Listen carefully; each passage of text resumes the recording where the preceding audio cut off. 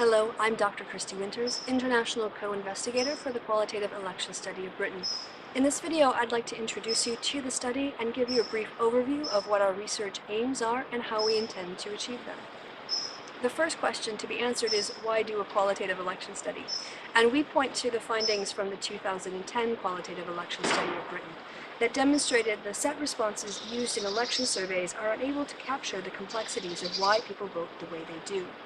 Whereas quantitative research seeks to identify, isolate, and measure the causal processes in political behavior, qualitative research is ideal for investigating people's perceptions of meaning, how they relate to political actors, their states of mind, and their own understanding of the issues.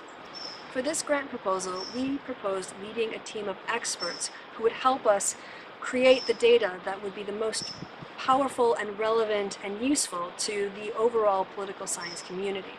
We want to produce data that directly answers research questions, has wide research and policy relevance, and will produce a significant amount of impact. To connect our research to those outside of academia, we've also created project partnerships with the private and public sector.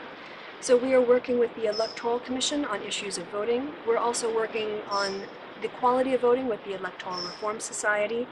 We are working with QSR, the private company and makers of NVivo, the qualitative analysis software. We are partnering with the UK Data Archive to create longitudinal metadata in order to encourage secondary reuse of our data. And we're partnering with Ipsos Mori to create parallel qualitative research projects and promote qualitative election study research in general. Our study design includes 13 pre-election focus groups of between 6 and 10 people. We have 3 groups that will be watching the debates, and then the other 10 will be normal focus groups that will run about 90 minutes in length. Our study design also calls for 5 to 7 post-election focus groups of 8 to 10 people, and we're going to be recruiting with university internal communications, press releases to the local media, tweeting at local media and other potentially interested parties, and in-person recruitment. Since it's not the aim of qualitative research to be generalizable, what we want instead are to get participants that are broadly representative of the population in terms of sex distribution, age distribution, and employment, these kinds of demographics.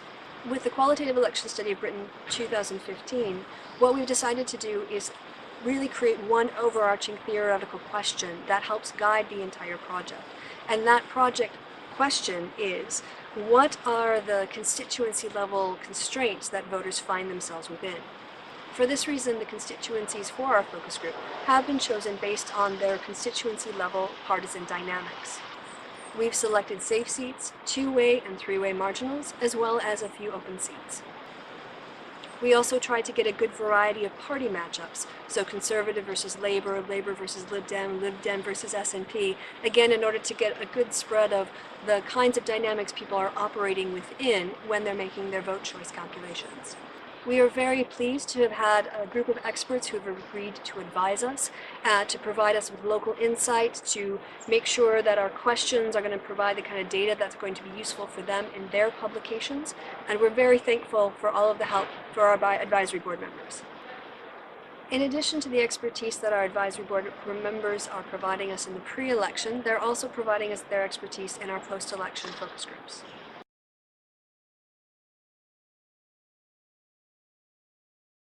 Following on from the 2010 study, we're going to be collecting data in multiple formats. We have video and audio recordings. Those are going to be transcribed and anonymized, and it's also our aim to provide in vivo ready versions of the transcripts in order to make it easier and also more systematized across in vivo users so that they're all working with the same data prepared in the same way. The anonymized transcripts, which I've also removed any confidential or identifying information from them, will be published on the study's website as well as deposited with the UK Data Archive. Collecting the data is not enough. Obviously, the point of data is to produce findings and reports and results, and so in conjunction with our advisory board members, we've identified a list of the publications that we plan to bring out based on our qualitative data.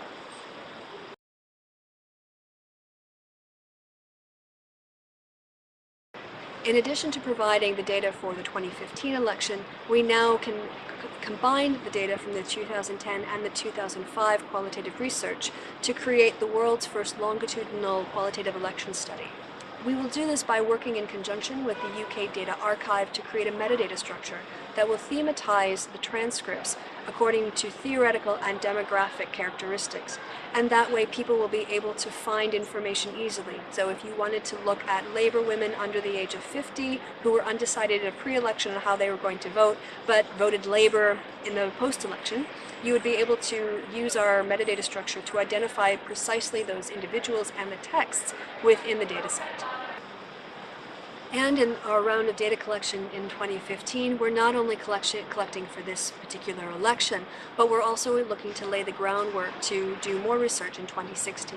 And so to that end, we're asking questions now about vote choice calculations on the local council, on the assembly or parliament level, as well as on the Westminster level, to set up the groundwork for a 2016 grant application that will study the elections of the Scottish Parliament and Welsh Assembly. To keep up with what we're doing on the Qualitative Election Study of Britain, you can either follow our blog, which the address will be on the screen. We also have a Facebook page, and we are on Twitter. Thank you for your time. I hope you found this interesting, and if you do have any questions, don't hesitate to leave them in the comments. Thank you very much.